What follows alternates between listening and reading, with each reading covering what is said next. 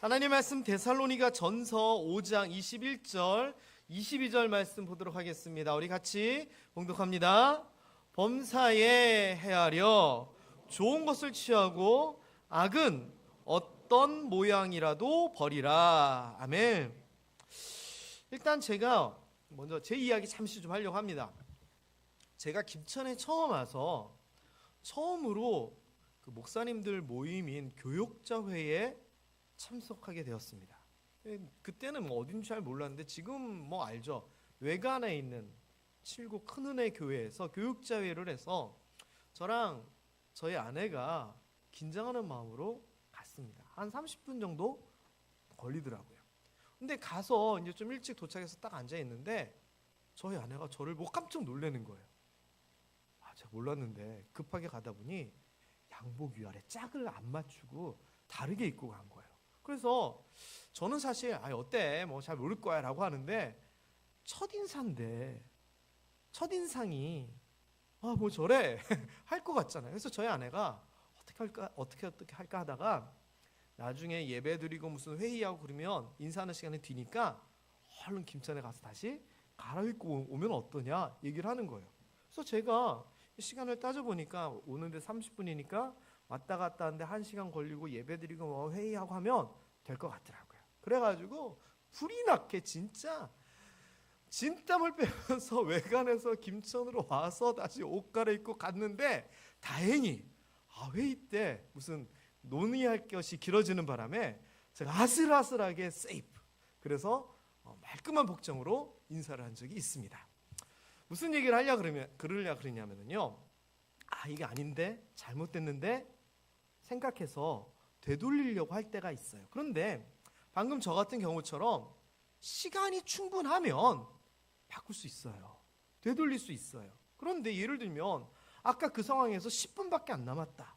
그러면은 어떻게 할 수가 없잖아요. 알아도 되돌릴 수가 없고 고칠 수가 없잖아요.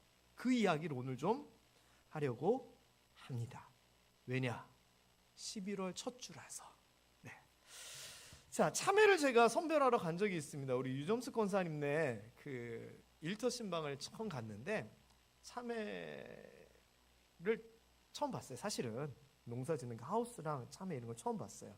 참외가 나무에서 나는 줄 알았더니 땅에서 나더라고요. 사실 저 이런 거 잘 모르잖아요. 기억나시죠? 저 처음 왔을 때 왜 초록색 고추만 심었냐고 빨간 고추도 심지.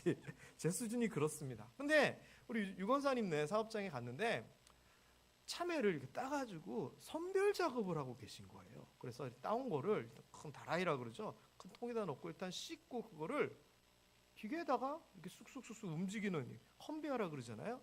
그 기계에다 올려놓는 거예요. 그러면 너무 신기한 거예요. 컨베어에 따라서 참외가 쭉 가다가 그 무게가 맞으면 뚝 떨어져요. 그래서 예를 들면 200g짜리 여기, 150g짜리 여기, 100g짜리 이런 식으로 지가 알아서 다 선별을 해주는 거예요. 그래서 제가 너무 신기하더라고요. 사실 그때. 그래서 촌티 안 내려고 그냥 잘 아는 척은 했는데 사실 저 그 기계가 너무 신기했어요. 선별이라고 하는 단어가 뭐죠? 잘 살펴봐서 뭐에 맞도록 고르고 갈라내는 게 선별인 거예요. 과일도 그렇게 선별을 하잖아요. 자, 그런데 이런 생각을 해보게 됩니다. 하나님께서 우리를 그런 선별기에다가 탁 집어넣는 거예요. 그러면서 2024년도를 어떻게 살았는지 한번 볼까 하고 우리를 선별기에 딱 넣으면 1등급부터 10등급이라고 하면 우리는 몇 등급 정도 받을 수 있을 것 같으세요? 올 한 해를 등급으로 매기면 그 이야기예요. 자, 엘빈 토플러라고 하는 사람이 있어요. 제가 좀 좋아하는 사람이에요. 이 사람을 왜 좋아하냐? 제가 이름을 알기 때문에 좋아해요. 이런 사람도 알아? 제 어릴 때 책장에 소파가 있고 그 옆에 책장이 있었는데 소파에 착 누워가지고 책장을 바라보면 책들이 이렇게 보이잖아요. 그런데 이 엘빈 토플러의 제3의 물결이라고 하는 책이 있었어요. 근데 제가 어릴 때는 그 책을 읽었던 건 아닌데 나중에 나이 들어서 보니까 엘빈 토플러라는 사람이 제가 아는 사람인 거예요. 어디서 알았더라? 책장에 책이 꽂혀 있었지. 제3의 물결 하면서 관심을 가지고 봤던 기억이 나요. 그래서 제가 잘은 모르지만 어릴 때부터 알던 이름이라 괜히 이 사람이 가까이 느껴지고 좋아요. 근데 이 사람은 어떤 사람이냐? 학자인데요. 미래학자라 그래요. 미래학자. 이것은 뭐냐? 미래를 예측하는 사람이에요. 이게 예언을 하고 알아맞히고가 아니라 지금 이대로 쭉 살다 보면 앞으로는 이렇게 될 것이야라고를 얘기를 해주는 그런 사람이에요. 그래서 이 사람이 아까도 얘기한 제3의 물결이라고 하는 책을 1980년, 지금으로부터 45년 전에 쓰는데 이 책이 전 세계적으로 난리가 났어요. 왜냐하면 아주 중요한 얘기를 해요. 우리 인류 역사에 있어서 3번의 물결이 있었다. 변화가 있었다는 얘기를 하는데 첫 번째 물결이 뭐냐? 옛날에 그 창세기에도 나오듯이 사냥하는 시대, 그런 시대가 있었잖아요. 채집을 하고 수렵을 하는 시대에서 농사를 하는 시대로 바뀌는 게 첫 번째 물결이다라고 얘기를 해요. 그래서 농경 시대로 바뀐 거예요. 마치 아브라함 때는 이렇게 돌아다니면서 풀 뜯어 먹다가 나중에 가나안으로 들어가가지고 농사 짓는 것처럼 인류의 역사는 그 과정을 거쳤다고 얘기를 해요. 그리고 두 번째 물결, 두 번째 변화는 농경 시대에서 산업 시대. 뭔가를 사람이 만들어내는 게 본격적으로 되는 시대가 있었다라고 얘기해요. 언제? 산업혁명 이후에 산업시대가 돼요. 그리고 이번에 세 번째 제3의 물결이니까 1980년대는 이 산업시대의 거의 정점에 이르는 시대였거든요. 공장에서 뭐 만들어내는데 못 만들어내는 게 없던 시대였어요. 자, 근데 그때 뭐라고 얘기하냐면 이거 말고 다른 시대가 올 것이다라고 얘기를 하면서 제3의 물결을 얘기해요. 그게 뭐냐? 산업시대에서 지식 정보 시대가 될 것이다라고 얘기를 하는 거예요. 그렇게 됐어요? 안 됐어요? 그렇게 됐어요. 인터넷이니 무슨 휴대폰이니 유튜브니 지금 시대가 그렇게 됐잖아요. 그러니까 이 엘빈 토플로는 미래를 바라보는 이 눈이 탁월했어요. 이 사람이 얼마나 유명하고 대단한 사람인가 하면 2001년도에 우리나라로 초대를 해요. 그리고서는 그 사람에게 용역, 부탁을 해서 보고서를 만들어서 발표를 하게 하는데 그게 뭐냐? 국가에서 엘빈 토플로에게 부탁을 해서 한국의 미래를 위해서 어떻게 해야 되느냐를 조사해달라고 했어요. 그랬더니 2001년도에 엘빈 토플로가 우리나라에 와서 이렇게 얘기를 해요. 한국은 이제 딱 선택의 길로에 서 있다. 기존까지 제조업을 통하여 값싼 노동력을 통하여 신발 만들고 옷 만들고 만들고 외국에 나가서 공사해주고 이렇게 값싼 노동력을 가지고 뭔가를 해왔던 다른 사람이 뒤치다꺼리해주는 종속 국가로 남을 것이냐, 기술을 개발하고 선도적으로 뭔가를 이끌어 나가는 그러한 선도 국가가 될 것이냐, 그 갈림길에 서 있다고 얘기를 하는 거예요. 이 얘기는 뭐예요? 지금처럼 남들이 시키는 것만 만들면은 미래가 암울하니 한국이 남들을 이끌 수 있는 것을 만들어야 됩니다라고 얘기를 한 거예요. 그래서 지금 어떻게 됐어요? 우리나라가? 잘했어요? 못했어요? 잘했어요. 뭘로? 전자제품으로, 반도체로, 또 요즘 같으면 문화로, 조선으로. 그래서 예전에는 이런 거 뒤치다꺼랬다면 이제는 세계에서 앞서서 끌고 나가는 그런 나라가 된 거예요. 엘빈 토플로 이전에도 이런 관심이 있었지만 토플러가 한국의 미래를 정확하게 찝었어요. 이 토플러가 1990년도에도 권력이동이라고 하는 책을 써요. 이 권력이동도 굉장히 큰 관심을 받았어요. 권력을 세 가지로 분류를 했어요. 이 엘빈 토플러는. 첫 번째는 하위 권력, 예전의 권력을 얘기하는데 이거는 힘이라는 거예요. 폭력으로 누르고 전쟁으로 싸워서 억누르고 뺏고, 이게 권력이었다는 거예요. 칼과 창과 총이. 그런데 지금은 그게 아니라는 거예요. 이 당시 어떤 상황이었냐면은 칼과 총보다는 돈, 부유함이 권력이 돼 있던 시대예요. 돈이면 다 되는 시대가 돼버린 거예요. 지금 그래요, 안 그래요? 지금도 사실 그렇잖아요. 유전무죄, 무전유죄 이런 얘기가 있을 정도로. 그러면서 또 뭘 얘기하냐면은 아까 얘기했던 제3의 물결처럼 지금은 돈이 최고인 것 같지만 앞으로는 이게 최고입니다라고 얘기를 하는데, 그게 뭐냐? 아까 얘기한 것처럼 지식을 가진 사람, 정보를 가진 사람이 최고의 권력이 된다라고 얘기를 해요. 이 말도 맞아요, 틀려요? 지금 그런 세상으로 가고 있잖아요. 그래서 전 세계가 지식 정보 시대로 진입을 하게 되고, 물리적인 힘보다는 지식과 정보를 가진 사람이 세상을 지배할 것이다라고 예측을 하게 되고, 35년 전에 이 이야기를 했는데 진짜 지금 시대가 그런 시대가 되어가고 있어요. 그래서 엘빈 토플러의 이야기를 좀 정리를 하면, 사람이 필요한 능력이 있는데 맨 처음에는 그냥 힘만 있으면 됐다라는 거예요. 뺏으면 되고 이기면 되니까. 그러다가 기술이 중요한 시대가 왔다는 거예요. 기술. 그리고 이것이 좀 넘어서서 돈, 자본이 있으면은 능력 있다라고 얘기하는 시대가 왔는데, 그 다음에는 어떤 시대냐? 분별력을 가진 사람이, 능력 있는 사람이 되는 시대가 온다는 거예요. 그게 지금 이루어져 가고 있어요. 왜냐? 2024년을 사는 우리에게 필요한 게 지금 뭐냐?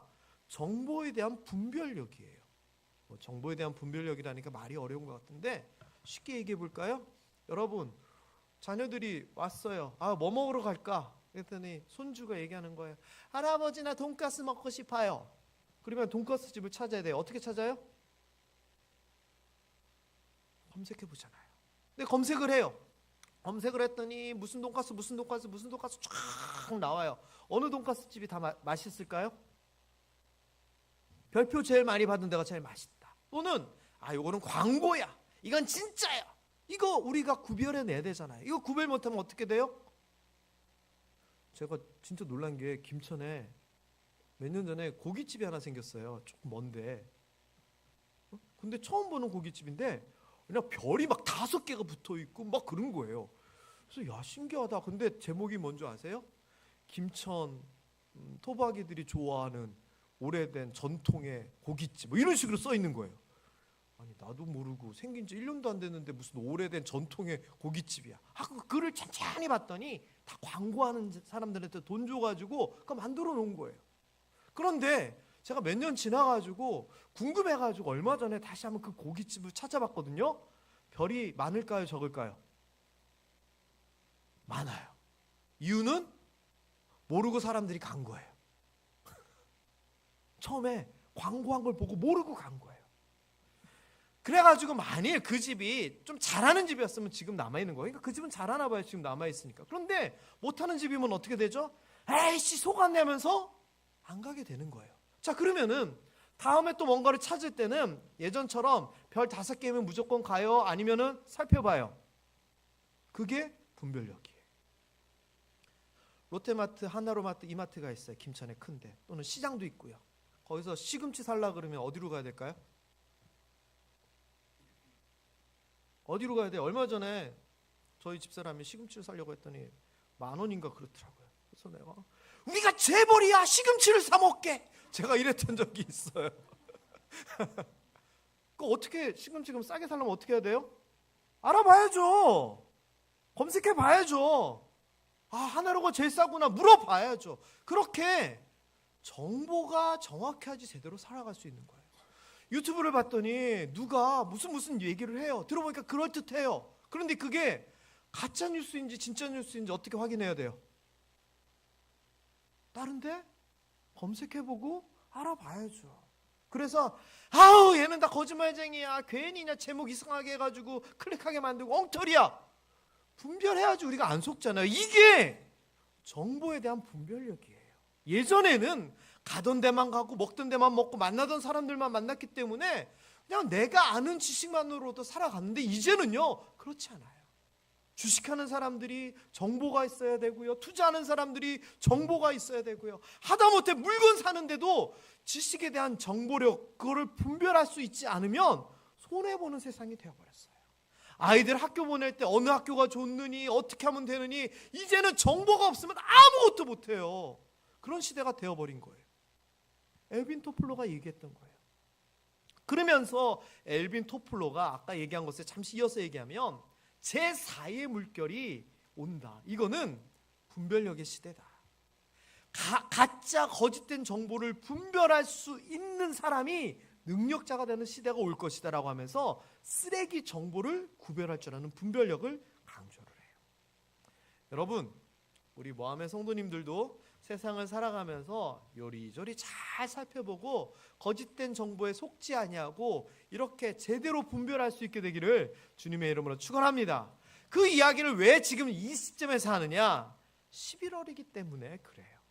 오늘 본문에 보면은 헤아린다라고 하는 표현이 나오거든요. 우리에게 헤아리는 지혜가 필요하다는 거예요. 이 헤아린다는 말이요, 국어사전을 보면 숫자를 센다라고 하는 의미예요. 그리고 두 번째 뜻이 짐작하여 가늠하거나 미루어 생각해 본다. 그러니까 지금 이러니까 이렇게 되겠다라고 하는 거예요. 근데 이거는 살펴보지 않으면 할 수가 없는 일이에요. 그래서 이 헤아린다는 것은 잘 살펴보고 분별하는 거예요. 그래서 엘빈 토플러가 얘기하는 것처럼 또 참회를 선별하는 것처럼 우리는 우리의 삶을 잘 살펴서 분별해서 헤아리는 것이 너무너무 중요해요. 그래서 성경에서도 그 이야기를 하는 거예요. 다시 한번 읽어볼까요? 범사에 헤아려 좋은 것을 취하고 악은 어떤 모양이라도 버려라. 도키마조라고 하는 단어가 헤아리다라고 하는 이 뜻인데, 성경에서 헬라어의 이 헤아린다는 얘기는 그냥 단순하게 숫자를 센다는 게 아니라 검사하고 시험하고 조사하고 잘 구별하는 것을 얘기해요. 찬찬히 살펴봐가지고 요거 진짜네? 그러네 라고 하는 것이 헤아린다는 거예요. 이 데살로니가 전서는요, 얼마 전에 지난주에 데살로니가 후서 얘기하고 그 전에 데살로니가 전서 5장 얘기하면서 쉬지 말고 기도하라 하면서 제가 설명을 드렸는데, 사도 바울이 자기가 전도했던 그 교회예요. 거기서 다른 사람들이 핍박을 해서 떠나왔지만 애정이 넘치는 곳이에요. 거기에 자기가 애정을 담아가지고 하고 싶은 얘기를 하는데, 특히 데살로니가전서 5장은 이야기를 마무리하면서 진짜 당부하고 권면하고 축복하는 내용들이 담겨요. 그래서 이게 하나님의 뜻이 있으니 쉬지 말고 기도하고 범사에 감사하고 이렇게 하라, 이 이야기를 하는데, 그 바로 이어지는 다음 이야기가 뭐냐? 성령을 패하지 말고 예언을 멸시하지 말고, 그 다음 얘기가 범사 헤아려 좋은 것을 취하고, 이 이야기가 나오는 거예요. 그러니까 이 이야기는 사도 바울이 자기가 사랑하는 사람에게 마지막으로 간절히 마지막으로 밥 잘 챙겨 먹고 건강 잘 챙기고 어디 떠나가는 자녀에게 하듯이 그 마음을 담아서 한 얘기를 하는 거예요. 그러면서 지금 뭘 얘기하느냐? 잘 헤아리라는 거예요. 이 말은 표준 세번역에 봤더니 잘 분간하여라 라고 얘기를 하고 있어요. 그러면서 뭐라고 얘기하냐면은, 좋은 것이 있으면 꽉 붙잡고 악의 모습은 멀리해라. 현대인의 성경에 보면 악한 것은 흉내도 내지 말라라고 그렇게 얘기를 하는 거예요.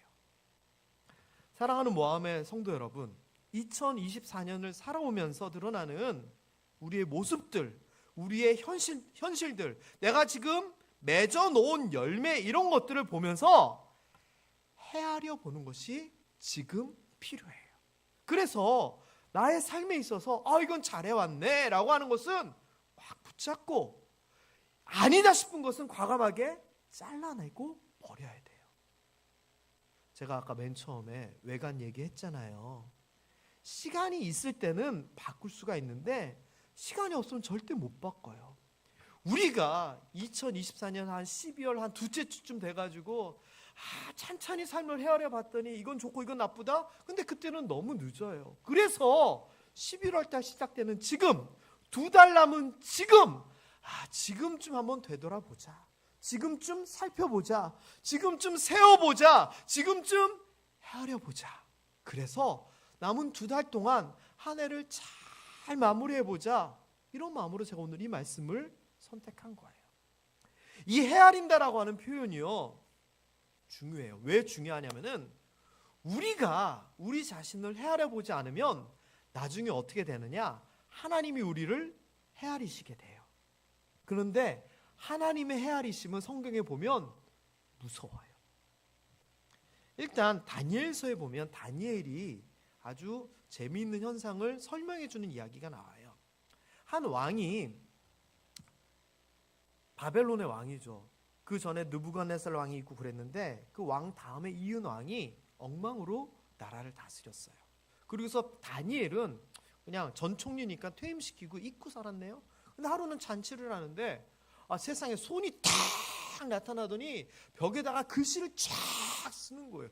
얼마나 놀랬겠어요. 그래가지고 그 왕이 놀래가지고 베레스 왕이 이게 뭐야? 이게 도대체 무슨 뜻이야? 하면서 사색이 돼가지고 사람들에게 저게 뭐냐 했더니 아무도 모르네요. 그래가지고 결국 어떻게 됐느냐? 옛날에 꿈 해몽 잘하던 다니엘을 불러들여서 이게 무슨 뜻인지 확인해보자 하면서 다니엘을 불러요. 그랬더니 다니엘이 왕 앞에 탁 나와서 그 뜻을 해석을 하기를, 이 글자는 메네 데겔 우바르신이라고 하는 글자인데, 그 글을 해석하면 메네라고 하는 뜻은 하나님이 왕의 나라의 시대를 다 세워봤더니 끝났다라고 하는 뜻이고, 데겔이라고 하는 말은 왕을 저울에 달아봤더니 아이고 부족하네, 이 뜻입니다. 그래서 이 말은 하나님이 당신의 한 일들을 세워보고 당신의 일들을 살펴보니 부족해서 안 됐다라고 하면서 이제 끝내시겠다는 겁니다 라고 해석을 해줍니다. 그리고 그날 밤에 그 왕은 암살당해 죽습니다. 여러분, 하나님께서 우리를 평가하시는데 세워보고 저울에 달아봤더니 이거 아니다 싶은 거예요. 그래서 메네 데겔 우바르신 우리에게 이야기하면 이거 얼마나 무섭겠습니까? 그러면 어떻게 해야 돼요? 하나님이 헤아릴 때까지 그냥 막 살고 그냥 하고 싶은 대로 사는 게 나아요? 아니면 헤아리시기 전에 시간 있을 때 내가 먼저 헤아려보고 고칠 건 고치고 잘하는 거 챙기고 이래야 돼요? 당연한 얘기 아니에요? 올 한 해를 가지고 메네 데겔 우바르신 하면 아까 얘기했는데, 제가 그 똑같은 질문을 올 한 해 우리가 등급으로 치면 어떨까 했더니 일부 예배 때 어떤 장로님께서 우리는 쓰레기 같습니다 이러시더라고요. 사실 그래요. 갖다 버릴 만큼 우리 삶이 엉망일 수도 있다는 거예요. 근데 이거를 지금 정신 차리고 헤아려보고 되돌릴 수 있으면 지금 해야지. 나중에 뭐 2주 남겨놓고 이틀 남겨놓고 헤아려봤더니 안 돼가지고 메네 데겔 우바르신 하면 이거 어떡해. 하나님의 헤아리심은 어떻게 할 수가 없어요. 되돌릴 수도 없어요. 마태복음 13장에 보면은 그런 이야기가 또 나와요. 가라지 비유에서 어떤 얘기가 나오냐면은 한 일꾼들이 주인에게 가서 얘기하기를, 주인이 몰랐는데 보니까 그 들판에 막 가라지들이 막 이렇게 나와 있어요. 어떻게 할까요? 물어보는 거예요. 여러분, 제가 아까 빨간 고추, 초록고추 얘기했는데, 제가 이 가라지 얘기를 목사인데 나이 43살까지 사실 가라지가 뭔지 잘 몰랐어요. 개념은 알았는데 어떤 건지 몰랐어요. 근데 김천 와서 다니다 보니까 알겠더라고요. 처음에는 잘 모르는데 이 추수쯤 되고 이제 나중에 되면은 가라지가 벼보다 더 우뚝 자라더라고요. 그 지나가면서 봐도 저게 가라지들 있네, 이게 보이잖아요. 참 김천 와가지고 제가 좀 상식이 많이 늘었습니다. 가라지도 알고 그 이야기를 하는 거예요. 그때 주인이 냅둬라 지금 가라지 이게 다 쑥 안 올라올 때 하면은 곡식이랑 하다 보면 이게 우리 것도 뽑힐 수 있으니까 나중에 다 돼서 때가 되면 하자라고 하는 거예요. 그래서 하시는 얘기가, 때가 되면 가라지들은 먼저 거두어 불살라 버리자라고 얘기하는 거예요. 하나님이요 2024년도 또 우리의 삶을 다 지켜보시는 거예요. 그러면서 어디 두고 보자, 나중에 때가 되면 확 뽑아버려야지, 이러면 어떡해요. 그러니까 우리가 하나님께서 손대기 전에, 하나님께서 구별하기 전에, 하나님께서 헤아리기 전에 잘해야 돼요. 이런 얘기 계속돼요. 마태복음 25장에 보면 나중에 마지막 때에 대한 얘기를 하면서 예수님이 뭐라고 얘기하시냐면은, 인자가, 예수님께서 나중에 자기 영광으로 천사와 함께 올 때가 있게 된다, 재림의 때를 얘기하는 거예요. 그러면서 보좌에 앉아서 뭐를 하느냐, 모든 민족, 모든 사람들을 다 모아가지고 목자가 양과 염소를 구별하듯이 양은 우편에, 이쪽 우편이죠, 여러분 보시기, 양은 우편에, 염소는 좌편에 이렇게 하겠다는 거예요. 그러면서 이 뒷얘기가 뭔 줄 아세요? 양은 기쁜 천국에 보내고 염소는 그때 돼서 저 지옥으로 보내겠다, 그 이야기를 하는 거예요. 여러분, 나중에 우리가 하나님 앞에 심판의 보좌 앞에 섰는데 저 앞에서부터 너는 양으로 오른쪽, 너는 염소니까 왼쪽 착착착착 갈라진다 생각하고 내가 그 앞에 딱 섰다 생각을 해봐요. 살아있을 때 미리 잘해놓고 잘 정리하지 그때 가가지고 후회하고 아이고 내가 잘할걸, 아무 의미가 없어요. 하나님의 헤아리심, 하나님의 선별할 때 그때는 늦은 거예요.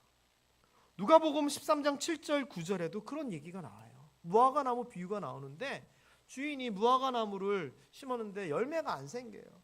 야 찍어버려라 그랬더니 이 일꾼이 아유 한 해만 좀 두시죠. 제가 거름도 주고 열심히 해봤는데 그래가지고 좋은 열매 나면 두시고 그때 돼가지고 열매 아니면 그때 찍어버리죠 라고 얘기를 하는 거예요. 그러면 지금 1년의 시간이 남은 거예요. 1년의 시간. 이 무화과 나무는 만일 우리에게 1년의 시간 남았으면 어떡할래요?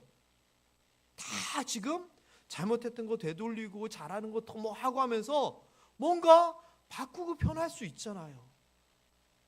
하나님이 헤아리시기 전에, 하나님께서 판단하시기 전에 우리가 빨리 해야 돼요. 언제? 2024년 11월, 12월 2달 남은 올 한 해, 올 한 해를 하나님께서 평가하고 헤아리시기 전에 우리가 먼저 헤아려 보고 바꿀 거 바꾸고 고칠 거 고치고 자를 거 자르고 버릴 거 버리고 잘하고 있는 것은 더 굳건해 가고, 이거 필요하다는 거예요. 맨 마지막 요한계시록에도 이런 얘기 나오거든요. 무슨 얘기잖아요.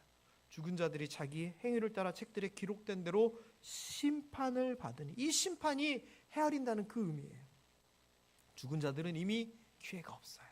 그때 돼서 자기가 살아온 그 결과대로 헤아림을 받게 되는 거예요. 그리고 여러분, 그때가 돼가지고 나중에 하나님이 헤아리실 때 대책 없이 있다가 그냥 고스란히 당하실래요? 아니면 미리 정신 차리고 내가 먼저 내 삶을 되돌아보고 정리하고 헤아린 다음에 추스린 다음에 당당하게 기분 좋게 나가실래요? 여러분의 선택이에요. 여러분의 선택. 그래서 이러한 내용을 사도 바울이 데살로니가에 사랑하는 사람들에게 얘기하는 거예요. 나중에는 우리가 기회가 없다. 하나님의 그 헤아리심에 우리가 피할 수 없으니 모든 일에 있어서 잘 헤아려서 잘하고 좋은 일이 있으면은 굳건히 붙잡고 잘못된 거 흉내도 내지 말고 다 갖다 버리라라고 이야기를 하는 거예요. 그래서 사랑하는 모함의 성도 여러분, 2024년 2달 남았습니다. 2달. 올 한 해를 평가하고 정리하는 그 시간이 이제 2달 남았습니다. 11월을 시작하면서요, 올 한 해 우리의 삶을 좀 헤아려 봤으면 좋겠습니다. 그래서 정말 잘해오고 잘 버텨온 거는 그대로 2달 동안 잘 이어나가고, 돌아왔을 때 아이고 내가 이거 부족했네, 이것도 내가 실수했네, 이런 거였으면 과감하게 지금 남아있는 2달 동안 뭔가 잘 변화시켜야 됩니다. 그거 아니면은 하나님 앞에 혼납니다. 진짜 부끄러워서 어떻게 고개 들겠어요. 송구이 영신 예배 때 나가면서 맨날 하나님 올해도 제가 연약했습니다. 주 앞에 손 들고 옵니다.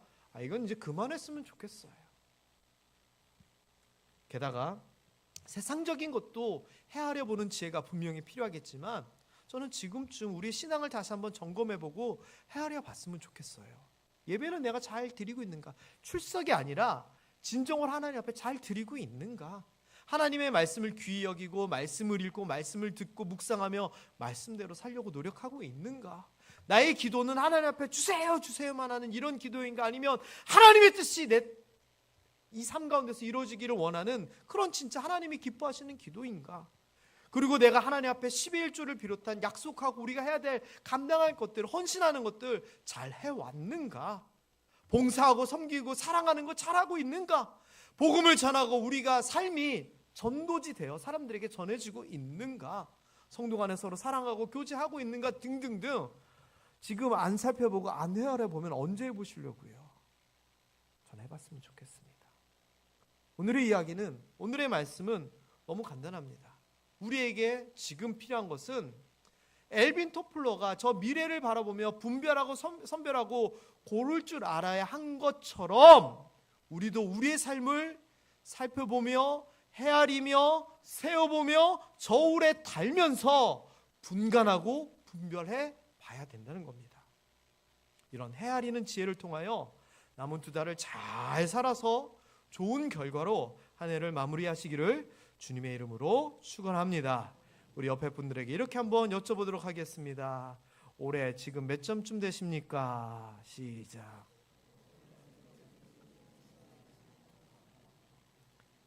그러면서 다시 한번 이렇게 축복했으면 좋겠습니다. 헤아리는 지혜가 있으시기를 축복합니다. 네, 2달 남았습니다. 우리 삶을 잘 헤아려서 올 한 해 잘 마무리하고 올해의 결과가 나는 복 있는 사람입니다. 이렇게 결과가 나타나기를, 열매로 나타나기를 주님의 이름으로 축원합니다. 기도하겠습니다. 하나님 아버지,